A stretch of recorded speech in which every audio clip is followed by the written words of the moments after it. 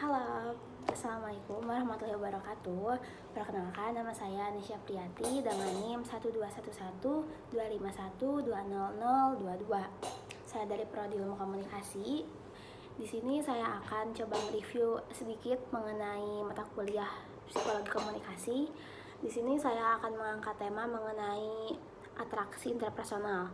Karena di atraksi interpersonal ini adalah hal yang sering sekali terjadi di kehidupan sehari-hari, apalagi di kehidupan saya sendiri sebagai sales merchandiser itu sangat relate dengan teori ini seperti itu. Baik, komunikasi itu merupakan kebutuhan dasar manusia dalam berinteraksi sosial. Melalui komunikasi, seseorang dapat menyampaikan pikiran, pesan, perasaan, dan kebutuhan kepada orang lain. Nah, salah satu bentuk komunikasi yang paling penting dalam kehidupan sehari-hari yaitu komunikasi interpersonal. Nah, di dalam komunikasi interpersonal ini ada yang namanya atraksi interpersonal. Nah, dalam konteks psikologi komunikasi, komunikasi interpersonal atau atraksi interpersonal ini dipandang bukan hanya sebagai proses penyampaian pesan, tetapi juga sebagai bentuk interaksi yang melibatkan faktor-faktor psikologis di dalamnya seperti dari persepsi, emosi, kemudian ada sikap dan motivasi. Nah, untuk atraksi interpersonal sendiri adalah ketertarikan seseorang terhadap orang lain, bisa dalam bentuk ketertarikan fisik, emosional, sosial, atau intelektual.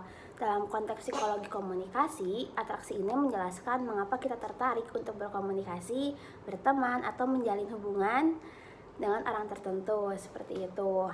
Faktor-faktor sendiri yang mempengaruhi interaksi interpersonal, yang pertama itu adalah kedekatan, yaitu semakin sering kita bertemu atau berinteraksi dengan seseorang, semakin besar kemungkinan munculnya rasa tertarik. Contohnya, kita di dalam kampus, dalam kelas, itu ada seseorang yang membuat kita tertarik. Nah, itu kalau misalkan kita terus-terusan dekat dengan dia, itu akan mempengaruhi atraksi interpersonal itu. Yang kedua ada kesamaan.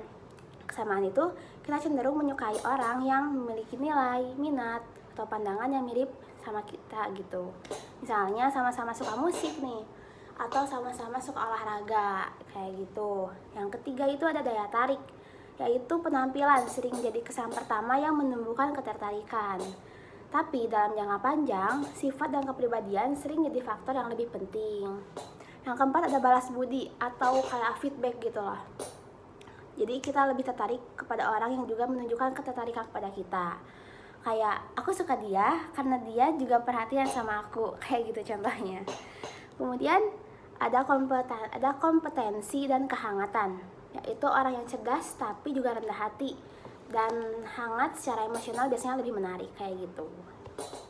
Nah, pesan atraksi interpersonal dalam komunikasi itu yang pertama, atraksi interpersonal mendorong terjadinya interaksi. Kedua, meningkatkan keterbukaan dan kepercayaan dalam hubungan komunikasi.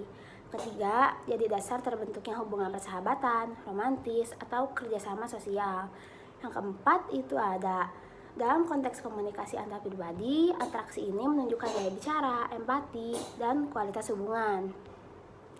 Contoh kasusnya ya kalau dalam dunia aku ya, dalam dunia sales itu kayak kita harus mendekatkan kepada toko untuk kita bisa gampang untuk meminta display tambahan, terus juga untuk repeat orderan kayak gitu contohnya. Nah, mungkin langsung saja untuk penutup. Atraksi interpersonal ini penting dipahami karena hubungan manusia dibangun lewat komunikasi yang efektif dan saling tertarik secara sosial maupun emosional. Tanpa adanya atraksi interpersonal, hubungan akan terasa kaku dan sulit berkembang, kayak gitu. Jadi kita kalau misalkan ingin berhubungan dekat dengan seorang atau dengan toko, untuk aku sendiri itu kita harus menerapkan atraksi interpersonal ini. Mungkin sekian review mengenai atraksi interpersonal ini. Teruntuk dosen pengampu mata kuliah ini untuk Bu Ami, terima kasih banyak. Wassalamualaikum warahmatullahi wabarakatuh. Dadah.